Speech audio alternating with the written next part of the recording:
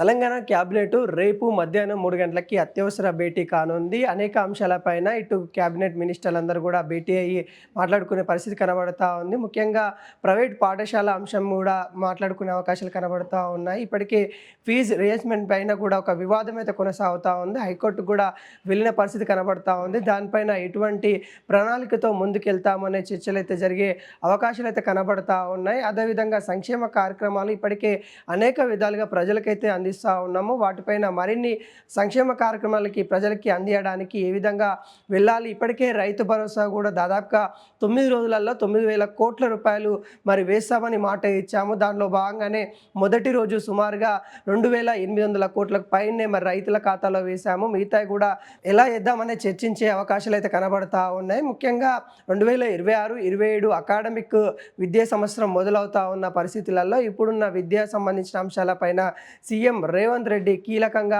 ఇటు క్యాబినెట్లో చర్చించే అవకాశాలు కనబడతా ఉన్నాయి. ఎందుకంటే ఇప్పటికే విద్యా వ్యవస్థని బలోపేతం చేయడానికి తానే ఎడ్యుకేషన్ మినిస్టర్గా తనే ఉండడం జరిగింది.